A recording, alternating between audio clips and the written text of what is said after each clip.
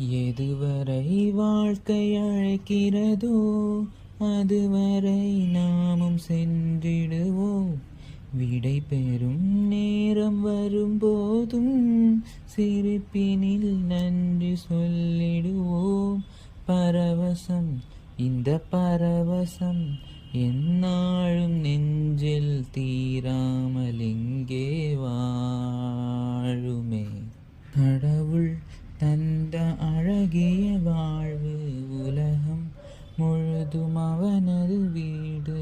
கண்கள் மூடியே வாழ்த்து பாடு. கருணை பொங்கும் உள்ளங்கள் உண்டு, கண்ணீர் துடைக்கும் கைகளும் உண்டு.